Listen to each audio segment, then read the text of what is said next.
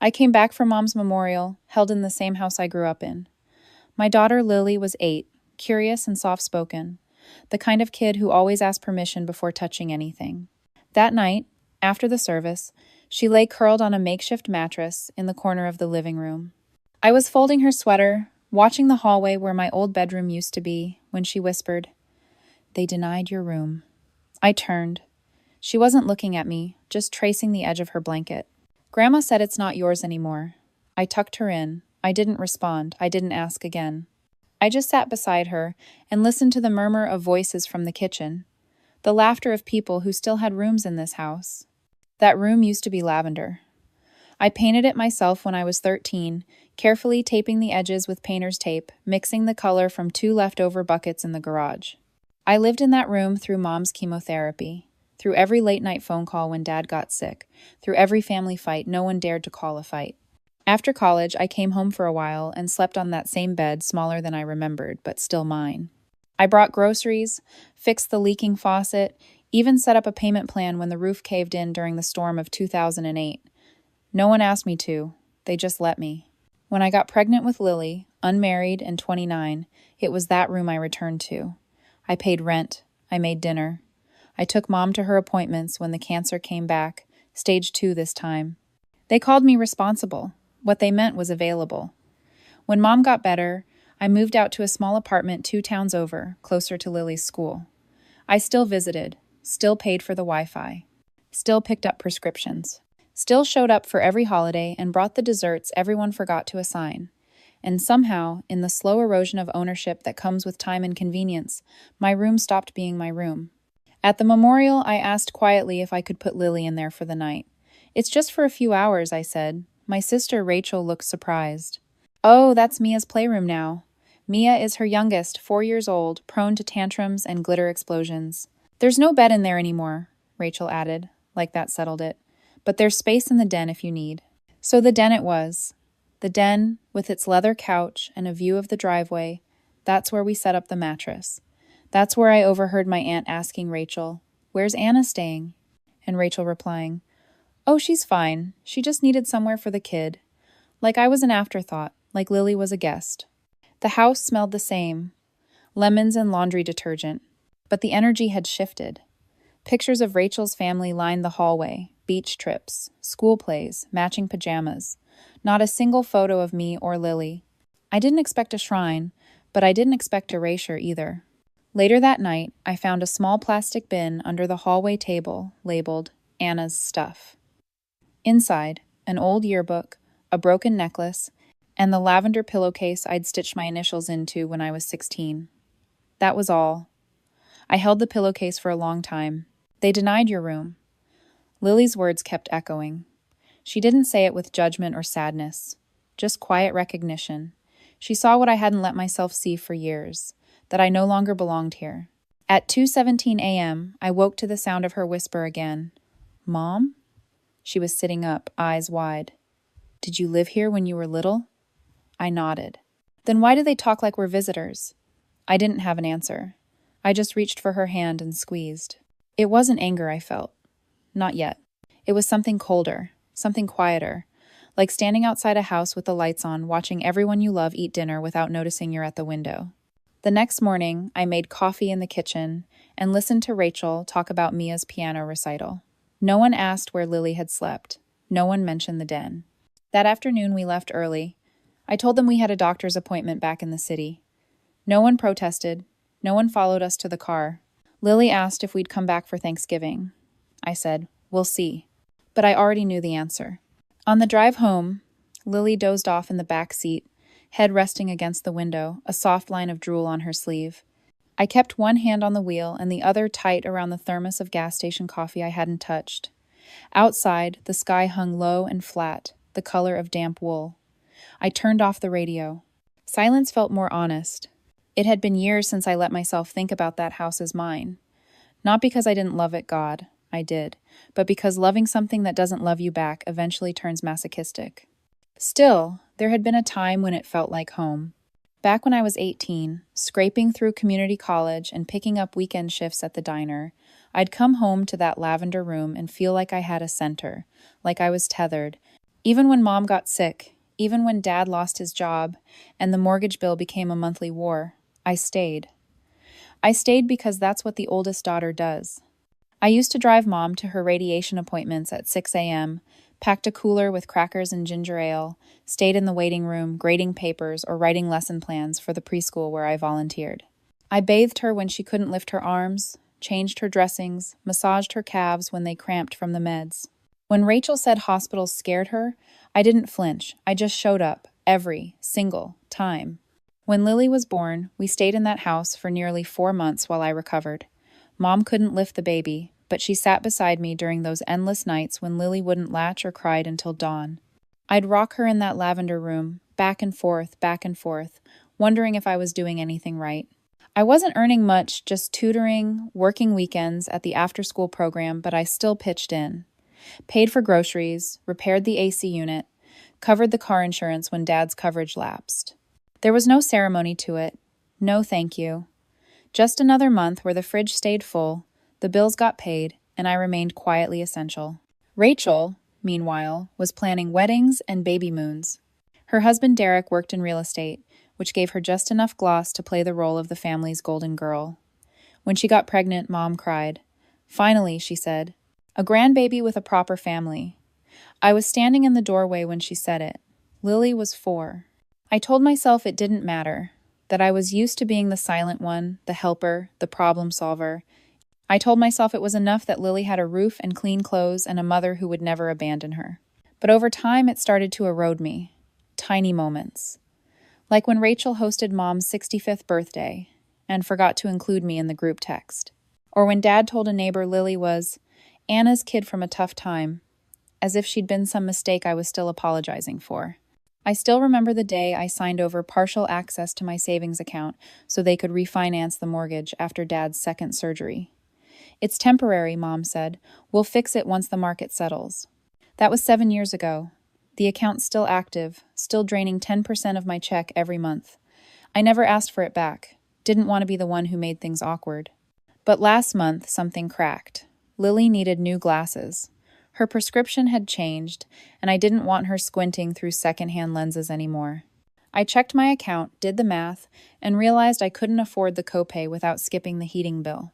I sat there, staring at the screen, and the numbers blurred until I couldn't tell which was the problem me or the family I'd built my life around. The week before the memorial, Rachel called me. Hey, I've been meaning to ask, can you bring paper plates and maybe a few folding chairs? We're tight on space. That's all she said.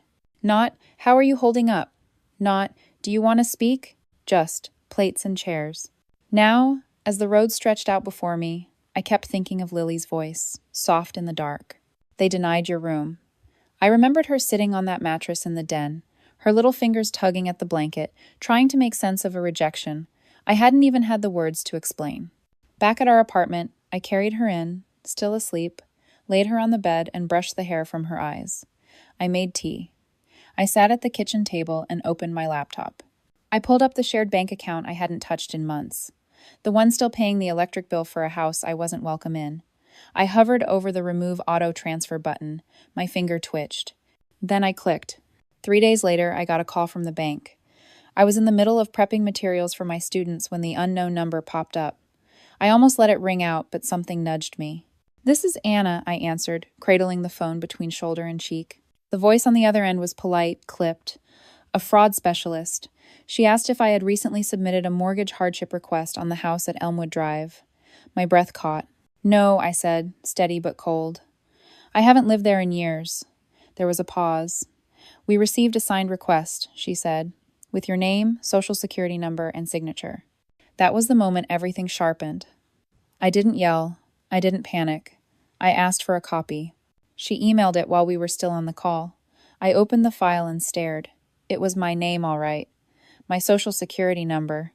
But the signature was wrong. A rushed imitation close enough for someone who thought no one would look twice. I ended the call and sat still for a long time. Lily was at school. The apartment was quiet, save for the soft hum of the fridge. I opened my files, pulled up the old emails from Mom thanking me for covering this month's payment, and Dad confirming, "You're a lifesaver, kid." My hands shook, but my mind didn't. I called Ethan. We hadn't talked in a while.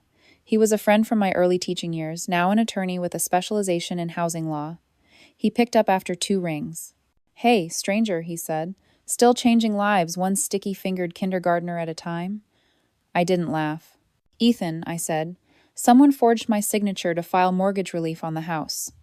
He went quiet. Then, "Tell me everything." We met that night at a diner near his office. I brought a folder, thick with bank statements, printed emails, and screenshots. Ethan flipped through them slowly, methodically. "They filed this in your name to pause the loan," he said, "which means they didn't want you to find out they'd stopped paying altogether." I nodded. "And they used the money I was sending each month to do what? Cover groceries? Fund a playroom?" He leaned back. "Anna, this isn't just unethical, it's illegal." I stared out the window. The parking lot was empty, the kind of empty that makes your bones ache. "Can I win?" I asked. "Legally?" "Yes," he said. "But that's not what you're really asking." He was right. I wasn't asking if I could win. I was asking if I could survive the fallout. The next morning, I logged into the mortgage portal again.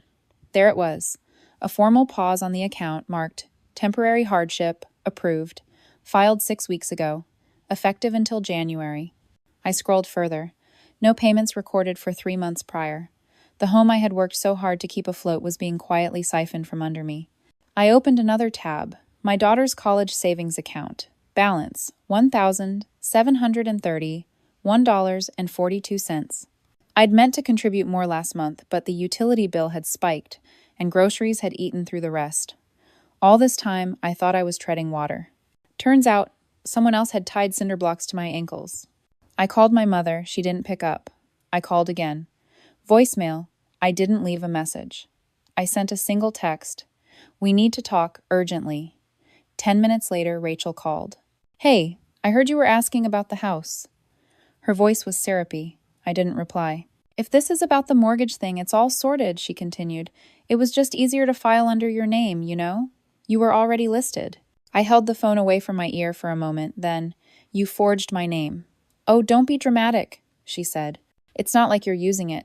You weren't even paying anymore." I gritted my teeth. "Because I was told the house was covered. By you," she scoffed. "Well, it was, mostly, until things got tight." I ended the call. I didn't shout. I didn't send a follow-up. I just forwarded everything to Ethan.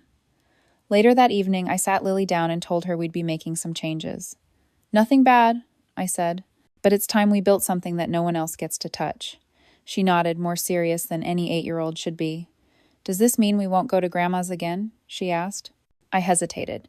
"It means we choose where we belong." That night, after Lily went to sleep, I opened my inbox. Ethan had already replied. "Let's go knock on some doors," he wrote. Attached was a draft of the first legal notice. I clicked download. For the first time in years, I wasn't afraid. We showed up on a Tuesday morning. The sky was still clinging to winter, thin light and brittle cold. Ethan had dressed like it was a courtroom, gray blazer and a leather folder under his arm. I had no costume, just jeans, my old canvas coat, and a jaw clenched tight enough to ache. We parked across the street from the house, my house. I stared at the front window, still framed by the lace curtains I'd bought for Mom 10 years ago. For a second, I thought about turning around. But then I remembered Lily's voice that night. "They denied your room." And I stepped out of the car. Rachel answered the door. She blinked when she saw me. "Well, well, look who finally decided to visit." Her tone was breezy, but her fingers tightened around the doorknob. I didn't respond. Ethan held out the envelope. "This is for you." She took it without looking, peeled it open. Her eyes scanned the top line. "Eviction notice," she read aloud, then laughed. "Oh, honey, that's cute." Ethan's expression didn't shift. "Legally binding, effective in 30 days. She rolled her eyes. "Don't worry, I'm moving out anyway. Already bought my own place. Didn't want to live in this drafty shoebox forever." I stared at her. "You what?" "It's done. Keys are in hand," she said with a smirk.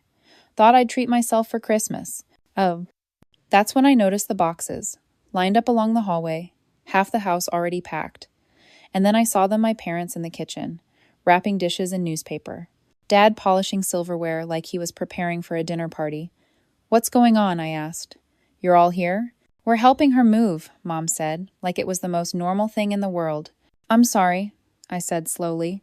How did she buy a house? Rachel grinned. By not wasting cash on rent. Ethan raised an eyebrow. She means the mortgage she was supposed to pay. Tomato, tomato, she replied. I turned to my parents. And you're fine with this? Dad crossed his arms. She needed a home. You weren't using it. I wasn't using it because I was deployed, working double shifts, sending money to cover this very mortgage. I snapped. And you? Oh, please, Mom cut in. You act like we forced you. You wanted to help. You said so. I looked at Rachel. You took the money meant for Lily. For school, for rent, for food, and used it to buy yourself a house? She was fine, Rachel said flatly. She's young. She can handle herself. She skipped meals, I said. She worked 2 jobs. She thought I abandoned her. She didn't, Dee, Mom muttered. Stop being dramatic. Ethan stepped forward. We'll be in touch. You'll be hearing from us again, this time about mortgage fraud, theft, and impersonation. Rachel rolled her eyes. Go ahead. I've moved on. I looked at her. Really looked. She wasn't scared. She wasn't sorry. She believed, truly believed she'd won. You think this ends because you taped some boxes? I asked quietly. She smiled. You're just jealous. I'm better at life than you. That was the moment I stopped talking. Ethan handed her the second envelope. It was thicker. She opened it. Formal demand, he said. Repayment of mortgage value for 6 months. Restitution of stolen funds. $16,800 to be precise, and damages. Rachel laughed. Damages? You should be grateful. I paused the loan for you so it didn't go into foreclosure. You act like I trashed the place. Mom folded her arms. She's your sister. I turned to her. You told my daughter I didn't care about her. She was being dramatic, Mom said. She's 18. She'll grow up. I looked around the room. At the woman packing china she didn't buy. The man polishing forks he didn't earn. The sister who had stolen my child's future and wrapped it in bubble wrap. Then I said, I'll see you in court. That night, I went to see Lily. She opened the door, tired but calm. She had a textbook in one hand, a pencil behind her ear. I'm sorry I didn't call earlier, I said. She stepped aside. I figured you were busy suing people. We sat on her bed, side by side. I confronted them, I said. They didn't deny it. She nodded. I figured. I also found out, I continued, they've been using your money to help Rachel buy a house. Her face barely moved, just a slow, quiet stillness. Okay, she said. That's not okay, I whispered. She looked at me. It makes sense. To them, I was always optional. Not to me, I said. I know, she replied quietly. I looked around her room, tiny, cluttered, barely held together by secondhand furniture and sticky notes on the wall. You won't have to work 2 jobs anymore, I said. I'll make sure of it. She nodded. Do you hate them? I hesitated. I don't think about them. No. She reached for my hand. This time she didn't pull away. And in the quiet that followed, I realized this wasn't about revenge anymore. It was about truth. About showing Lily, and maybe myself, that silence wasn't strength, that love wasn't meant to be transactional, and that we get to choose who gets to write our story from here.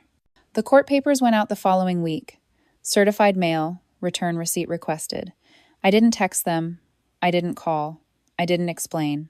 And for the first time in my life, I didn't feel the need to soften the blow. They had taken what wasn't theirs, lied about it, laughed about it, and watched my daughter suffer for it. Let the legal system speak now. I had said all I needed to. It took 4 days for the messages to start. First came the text from Mom. Why are you doing this?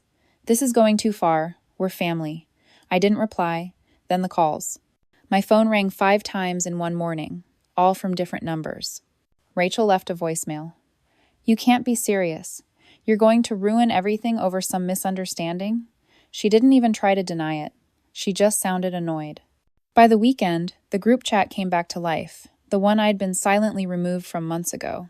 The same chat where birthday plans used to be shared and grocery requests slipped between passive-aggressive emojis. It was suddenly full of noise again. Can we just talk? Maybe this got out of hand. Let's fix this like adults. They used every tone pleading, dismissive, condescending, nostalgic. I muted the thread. Then came the escalation. Dad called from his work number. I let it go to voicemail. He sounded hoarse. Anna, you can't let lawyers break the family. Think about your mother. Think about Lily. Is this really what you want her to remember? I listened to the message twice. Not once did he say, "We're sorry." Not once did he say, "We did wrong." Just guilt, wrapped in history. By Monday, Ethan forwarded me a notice from the bank. Their accounts had triggered multiple alerts. The mortgage was officially in default. Utilities unpaid. Insurance policy flagged for fraudulent claim. The structure they had built, the one they told everyone was built with wisdom and sacrifice, was caving in, and I wasn't touching it. Rachel, unsurprisingly, was the first to crack. She showed up at my apartment building unannounced. The intercom buzzed at 7:32 p.m. I was folding laundry. Lily was finishing homework at the kitchen table. I didn't answer. 5 minutes later, my phone buzzed. A message from Rachel. "I know you're home. Don't do this. Please." I showed it to Lily. She read it, blinked once, then looked back at her textbook. "You don't owe her an answer," she said. I didn't reply to the message. That night, I got a long email from Mom. It wasn't even addressed to me, just, "To the daughter who thinks she's better than us." It was 8 paragraphs long. It listed everything they'd done for me, raising me, feeding me, letting me move back in when I was pregnant. Not a single line about the money, not a single mention of Lily. Just one phrase that repeated 3 times. "You should be grateful." I read it once, then deleted it. The next morning, a card arrived in the mail. Handwritten, no return address. Inside, one line. "We miss you." No name, just that. It would have been sweet if it didn't feel like a trap. Like bait wrapped in sentimentality. Ethan called later that afternoon. "They've retained counsel," he said. "But their lawyer's already asking about a settlement. I think they know they're cornered." I nodded, even though he couldn't see me. "Let them squirm." He paused. "Anna, I have to ask, what outcome do you want here, realistically?" I didn't answer right away. Then I said, "I want them to feel the silence I lived in. I want them to sit in it long enough to understand what they broke." "No." He didn't respond for a moment, then, "That's fair." By the end of the week, Rachel's husband called. I hadn't spoken to Derek in nearly 2 years. His voice was careful, tentative. "Look, I know things are a mess," he said. "But Rachel's struggling. The kids don't understand what's going on. Maybe you could just—" "I'm not the one who needs to explain this to them," I said. "She is. You really won't drop it?" "I really won't." He sighed. "Okay. I guess we'll see you in court." "Aw, I guess you will." When I hung up, Lily looked up from her book. "That was them?" I nodded. "Still trying to talk their way out?" "Yes." She nodded slowly, then, "Can we go get ice cream?" "Yes," I said again. We walked to the corner shop, got 2 cones, and sat on the curb outside. It was warm for February. "They keep calling you," Lily said. "Does it bother you?" "Not anymore," I said. "It used to. But now, it's just noise." She smiled a little. "I like the quiet better." Note. So did I. The mediation was scheduled 2 weeks later, in a dull beige office downtown, with humming lights and chairs that looked comfortable until you sat in them. I wore a plain navy blouse and slacks. Nothing too sharp, nothing too soft. Ethan sat beside me, quiet and alert, flipping through the documents like they were gospel. Across the table, Rachel looked smaller than I remembered. Her confidence had shrunk with the headlines in her inbox. Next to her was a man in a cheap suit who introduced himself as her attorney, but fumbled with his briefcase twice before sitting down. Mom and Dad weren't there. I wasn't surprised. The mediator was polite, neutral, well-practiced. He opened with a line about restorative dialogue and potential for healing, and I almost laughed, but I didn't. I sat still, nodded when expected, and waited. Rachel's lawyer made the first offer. "My client is prepared to pay partial restitution contingent on the dismissal of civil proceedings and a non-disclosure agreement." Ethan didn't blink. "Number." The lawyer shifted in his seat. "Perhaps we can discuss a phased repayment plan." "No," Ethan repeated. "Full restitution, no NDA, and my client's conditions are not negotiable." Rachel finally spoke. Her voice cracked in the middle. "This is insane. You're acting like I'm some criminal." Ethan looked at me, then back at her. "You impersonated your sister. You misused funds. You lied to a financial institution and misled your own niece. This isn't about feelings. It's about fraud." Rachel's face flushed. "I was just trying to keep things together." "For who?" I asked finally. My voice was calm, but it hit harder than anything else in the room. She turned to me, eyes wide, like she was seeing me clearly for the first time in years. "I had nothing," she said. "You were always the one with the plans, the job, the control. I just wanted—" "What? A shortcut?" I asked. "You took from Lily. You let her think I'd abandoned her. And you did it with your hands full of my money and your mouth full of excuses." "She didn't need that much," Rachel muttered. "She's a kid." "No," I said. "She's a human being. A child trying to survive school and loneliness and the lie you helped create." The mediator raised a hand gently, like that would bring order. I sat back. "We're not negotiating guilt," I said. "Only consequences." In the end, Rachel signed the agreement. Full repayment over 18 months, monitored by a court liaison. A formal apology to Lily, approved by Ethan. A written admission of fault in the mediation transcript. No contact without written consent. She didn't look at me when she signed. Her hand shook. Her lawyer handed over the pen like it was a weapon already used. When it was done, we left in silence. I didn't linger. Didn't wait for some final word or gasp of redemption. I just stepped out into the hallway, took the elevator down, and walked into a sunlit afternoon that felt sharper than any justice served. 3 days later, a letter arrived for Lily. Handwritten. No return address, but the handwriting was unmistakable. She read it silently, then passed it to me. It started with "Dear Lily," and ended with, "I hope one day you'll understand." In between were paragraphs of deflection, dressed as regret. Lily folded it in half. "She still doesn't get it," she said. "No," I agreed. "But she will." That weekend, I got a call from Dad. I let it go to voicemail. His voice was quieter than usual. "Your mom's not doing great. She's not sleeping. She's confused. We didn't mean for it to get this far. Maybe we overstepped. Maybe Rachel didn't mean harm." He paused. "If you could find a way back, we could fix this." I didn't reply. Instead, I forwarded the message to Ethan.